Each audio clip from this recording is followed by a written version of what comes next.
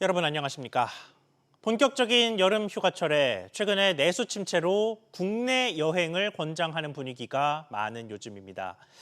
국내 여행하면 가장 먼저 떠올리는 곳들 중에 하나가 제주도인데 이곳 요즘 너무 비싼 물가로 인식이 썩 좋지가 않죠.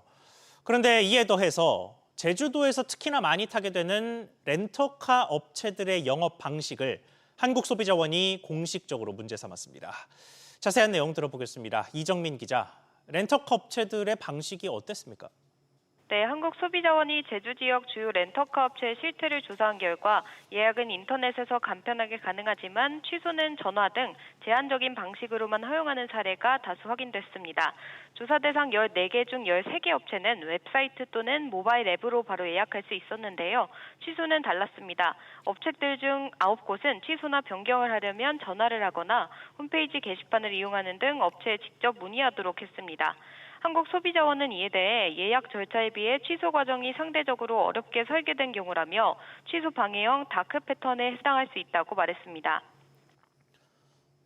네, 그리고 또 그 과정의 수수료 문제도 안내가 부실했다면서요? 네, 그렇습니다. 전자상거래법에 따르면 사업자는 계약 체결 전에 청약 철회 및 계약 해제와 관련한 기한과 방법을 소비자에게 고지해야 합니다. 하지만 조사 대상인 14개 업체 중 5개 업체는 취소 수수료에 대한 기준을 충분히 안내하지 않았습니다. 심지어 2개 업체는 같은 홈페이지 안에서도 대여 약관과 문의 게시판 등 메뉴에 따라 취소 수수료 기준을 다르게 고지하고 있었습니다. 한국소비자원은 이번 조사 결과를 바탕으로 제주 지역 렌터카 사업자에게 예약과 취소를 동일한 방법으로 운영하고 취소 관련 규정을 예약 진행 화면에 알기 쉽게 표시하도록 권고했습니다. SBS 비즈 이정민입니다. 새 출발 기금은 빚더미에 깔린 소상공인의 재기를 돕기 위해 원금과 금리, 상환 기간 등을 조정해주는 정부 지원 프로그램입니다. 관련해서 정부가 채무 조정을 받을 수 있는 대상자의 문턱을 더 낮추고 성실 상환에 대한 인센티브도 늘리기로 했습니다. 자세히 알아보겠습니다. 정동진 기자. 우선은 당장 오늘부터 바뀌는 곳들이 있죠. 그렇습니다. 어제 금융위원회는 3번의 새출발기금 현장 간담회에서 나온 내용을 제도 개선에 담겠다고 밝혔는데요. 당장 오늘부터는 차주의 주 업종이 제한 업종이 아니고 신청하려는 채무도 제한 업종 대출이 아니면 채무 조정을 신청할 수 있습니다. 그동안은 임대업처럼 일부 제한 업종을 함께 운영했다는 이유만으로 새출발기금 전체 지원이 막혔습니다. 채무조정 과정에서 보증기관의 대위 변제로 보증채무가 무담보 채무로 전환되는 경우에도 보증채무의 한도를 예외적으로 적용하기로 했는데요. 기존에는 무담보 채무 한도가 보증채무 한도보다 적어 채무 종류가 바뀌면서 지원 대상에서 제외되는 경우도 있었기 때문입니다. 네, 당장 적용되는 것들이 그 정도고 그러면 다음 달부터 바뀌는 것은 어떤 게 있습니까? 네, 금융위는 채무조정 약정 이후에 저소득층이나 중증 장애인 등 취약차주가 됐을 경우 재조정을 허용하기로 했고요. 약정 이후 일자리를 잃은 경우에도 거치 기간을 연장해주기로 했습니다. 새출발기금 신청 후 채무조정 약정 체결까지 걸리는 기간을 단축하기 위해 채무조정 절차도 손봅니다. 소상공인 연합회와 협업해 빚을 3개월에서 6개월간 성실히 상환한 자영업자에겐 간판 교체, 인테리어 등 사업장 환경 개선 비용과 건강검진 검진비를 지원하는 사업을 추진합니다. 금융위는 이달 중에 신청 자격과 방법 등을 구체화해 신청 접수를 받을 예정입니다. SBS 비즈 정동진입니다. 만성 적자에 빠져 있는 공무원 연금에 올해에만 날았돈 9조 4천억 원이 투입되는 것으로 나타났습니다. 기금 소진이 그래도 한참 남아있는 국민연금과 달리 공무원 연금은 2001년에 이미 기금이 바닥났는데요. 하루빨리 구조적인 개혁이 필요하다는 목소리가 힘을 얻고 있습니다. 이정민 기자, 보전금을 지급하는 그 규모도 매년 늘어나는 추세죠. 그렇습니다. 국회 예산정책처와 공무원연금공단에 따르면 올해 공무원연금에 투입되는 국가 지자체 보전금은 9조 4천억 원에 달합니다. 1년 사이에만 10.7% 증가한 규모인데요. 2020년 1조 2천억 원이었던 게 불과 5년 사이 8배 가까이 급증한 겁니다. 이는 공무원연금 적립액보다 지급되는 연금액이 점점 늘고 있기 때문인데요. 적자 규모가 올해 5조 6천억 원에서 8년 뒤인 2033년이면 11조 1천억 원으로 2배 커질 거란 전망입니다. 네, 결국은 근본적으로 구조적으로 손을 봐야 하는 상황으로 보입니다. 그렇습니다. 갈수록 높아지는 물가 상승률도 공무원 연금 지급액에 연동되는 만큼 이대로라면 적자의 늪이 길어질 수밖에 없다는 지적입니다. 때문에 국민연금 개혁과 같은 구조 개편 필요성에 대한 목소리가 커지고 있는데요. 더 내고 덜 받는 방향이 필요하다는 게 중론입니다. 공무원 연금과 함께 적자가 심화되고 있는 군인연금과 사학연금 기금 역시 개편이 필요하다는 지적입니다. 국제통화기금 IMF는 한국 정부 재정의 지속 가능성을 위해 이들 연금과 국민연금과의 통합 등을 제시한 바 있습니다. SBS 비즈 이정민입니다. 이어서 금융시장 상황 보겠습니다. 이번 주 내내 상승 곡선을 그리면서 3,200대로 재진입했던 코스피가 오늘은 좀처럼 하락권을 벗어나지 못하고 있습니다. 오히려 오후 들어서 낙폭을 조금 더 키우면서 전날 기록했던 3,220선을 개장 직후 내준 데 이어서 지금은 3,200선도 위협받는 흐름입니다. 반면에 코스닥은 뚜렷한 상승세 보이면서 닷새 연속 상승 마감할 가능성이 점점 높아지는 것입니다. 수급을 보면 외국인이 코스피에서 이틀째 매도세를 보이고 있고요. 기관도 팔면서 개인이 그 물량을 대신 받아내는 모습입니다. 코스닥에서는 반대로 전날에 팔았던 외국인과 기관이 모두 매수세를 기록 중이고 개인만 팔자세 보이고 있습니다. 종목별로 보면 대장주인 삼성전자가 상승세를 유지하고 있습니다만 SK하이닉스는 장중에 하락 전환한 뒤에 그 낙폭을 점점 키우고 있습니다. 여기에 그동안 상승장을 이끌었던 조선주들도 일제히 흔들리는 것입니다. 다음 주 시장 보겠습니다. 다음 주 시장과 관련해서는 최대한 자제하라는 다소 강한 어조의 투자자 조언이 대신증권으로부터 나왔습니다. 이미 상승한 업종들을 따라잡으려는 추격 매수를 하지 말고 저평가된 업종을 찾으라는 이야기인데요. 원인은 미국입니다. 관세는 중국과 러시아 등 일부 잡음을 제외하면 전체적인 우려는 완화되는 추세입니다만 미국의 경제가 문제입니다. 지난주에는 예상보다 신규 일자리가 적은 고용 충격이 발생하면서 시장을 당시에 끌어내렸고 여기에 오는 12일 발표될 소비자 물가가 추가 변수입니다. 전달 대비 상승폭을 더 키운 2.8%가 컨센서스로 전망되고 있는데요. 그러면 경기는 그러니까 고용은 나빠지는데 물가는 오르고 있는 스태그플레이션 문제가 지표로도 조금씩 나타나면서 금리를 둘러싼 불확실성도 커지는 양상입니다. 증권가의 관심 업종을 보면 NH투자증권은 중국 관광객 무비자 입국 허용 등 국내 정책 기대감이 있는 음식료와 화장품, 내수와 면세 등을 꼽았고요. 대신증권은 그동안 실적 대비 저평가됐던 자동차, 건강관리, 반도체주와 같은 종목을 주목할 업종으로 제시했습니다. 지금까지 증시 흐름 살펴봤습니다. 주식 관련 소식 하나 더 전하겠습니다. 신한투자증권이 다음 달부터 지주사와 계열사의 주식 소수점 거래를 막기로 한 것으로 확인됐습니다. 관련법상 불거질 수 있는 리스크를 피하기 위해서인데 아직 관련된 금융당국의 명확한 지침이 없다 보니까 증권업계에서는 혼선이 빚어지는 양상입니다. 이 내용 단독 취재한 기자 연결해 보겠습니다. 신다미 기자. 네, 신다입니다. 네, 일단 신한투자증권에서 취하려는 조치가 어떤 것입니까? 네, 신한투자증권은 내달 1일부터 국내 주식 소수단위 거래 서비스 종목에서 신한지주와 제주은행의 종목을 거래가 불가하다고 밝혔습니다. 신한투자증권은 국내 주식 소수단위 거래 서비스 제도화를 앞두고 지주회사와 계열사의 주식 보유 관련 제한 사항에 대해 선제 조치한다고 설명했는데요. 소수점 주식 거래는 사실상 증권사가 고객에게 주식을 쪼개 팔아주는 것으로 증권사 명의로 주식을 들고 있고 고객은 지분 청구권만 가지고 있는 구조입니다. 즉 많은 고객이 소수 단위로 신한지주나 제주은행의 주식을 매수하는 경우 신한투자증권이 자신의 명의로 지주사나 계열사의 주식을 사 모으게 되는 건데요. 그동안은 이 금융지주회사법상 자회사에 대한 간접 지분 보유를 특례에 따라 허용해왔지만 제도화 이후에는 리스크가 따라올 수 있습니다.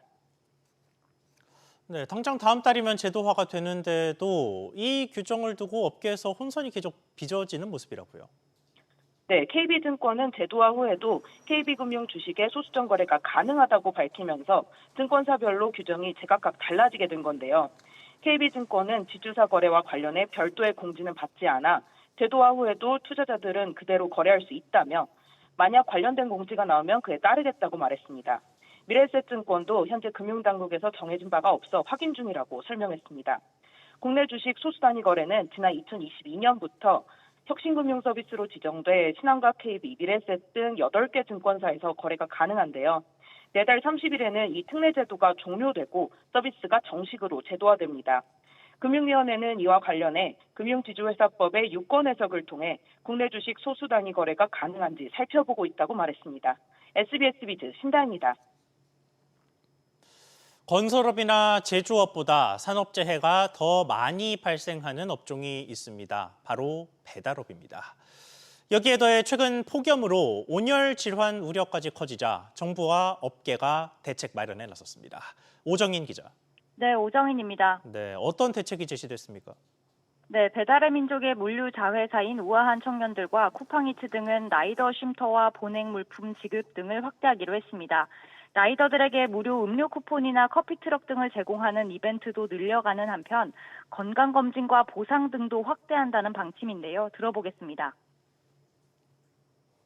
또 가장 힘들어하셨던 부분이 보험에 대한 문제였었습니다. 대물 보상 1억 원까지 보장을 해주게 되는 보험 상품을 개발을 했고 안전 관련된 부분에 대한 셀프 체크를 해야만 이제 업무를 시작하실 수 있는 부분.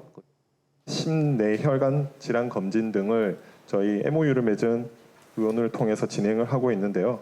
현재는 아무래도 서울 수도권 중심으로 펼쳐지고 있기 때문에 내년부터는 서울 외 지역도 크게 확대할 수 있도록 검토하도록 하겠습니다. 네, 그러니까 지금 제시되는 것들이 보험, 건강검진 이런 것들인데 물론 없는 것보다야 낫겠습니다만 근본적으로는 제도가 바뀌어야 한다는 목소리가 많죠.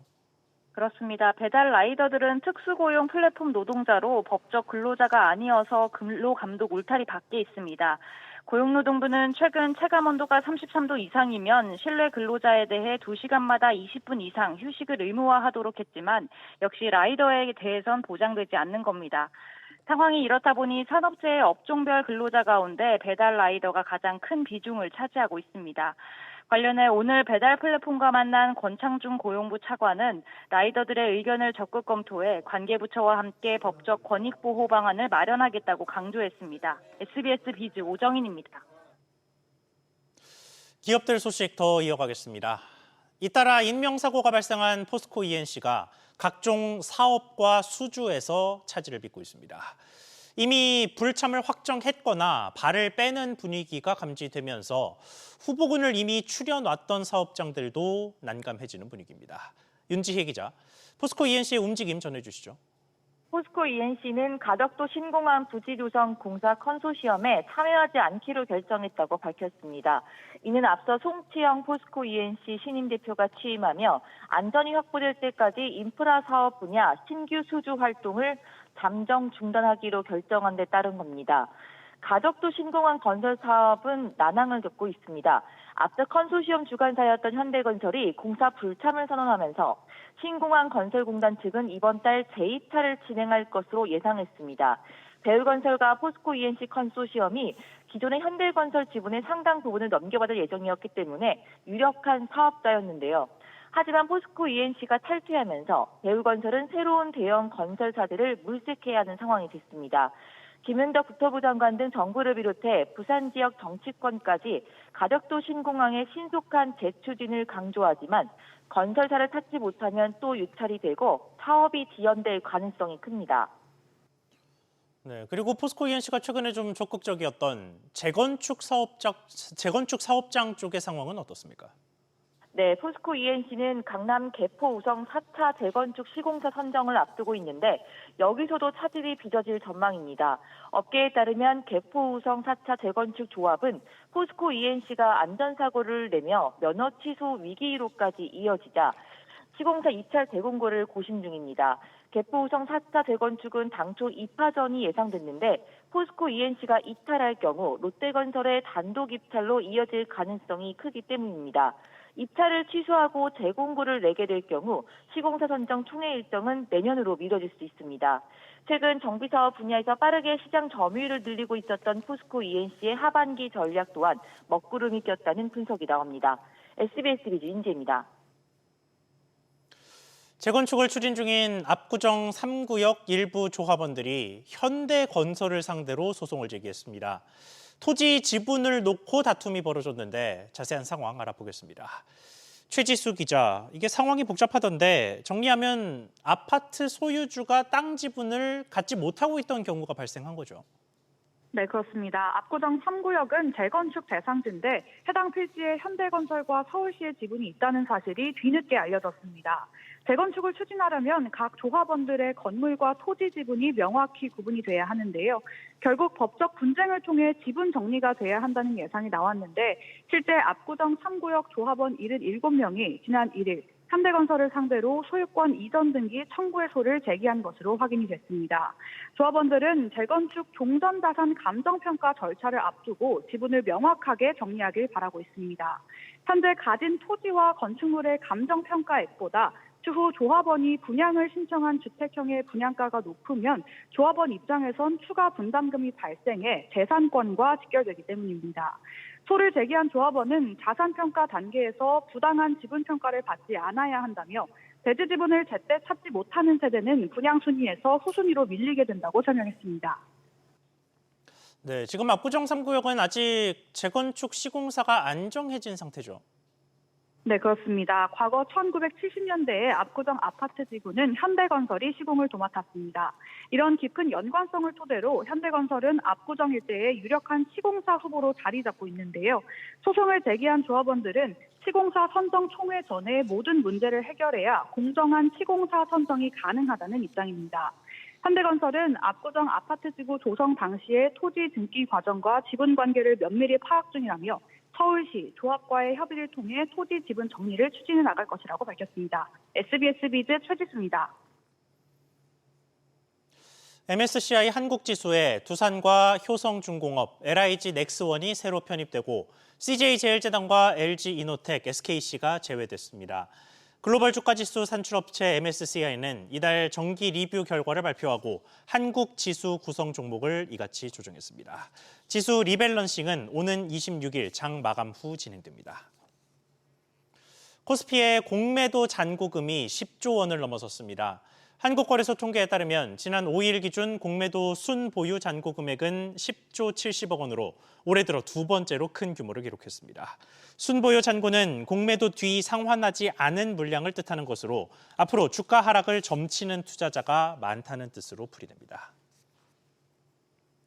카카오가 웹소설과 웹툰, 음악 등의 콘텐츠 사업을 하는 자회사 카카오 엔터테인먼트의 매각서를 공식 부인했습니다. 카카오는 카카오엔터의 주주 구성 변경을 논의했으나 이에 대한 검토를 중단하기로 결정했다고 어제 공시를 통해 밝혔습니다. 앞서 카카오엔터 경영진은 지난 4월부터 불거진 매각서를 부인해왔으나 모 회사 차원에서 매각서를 공식 부인한 건 이번이 처음입니다.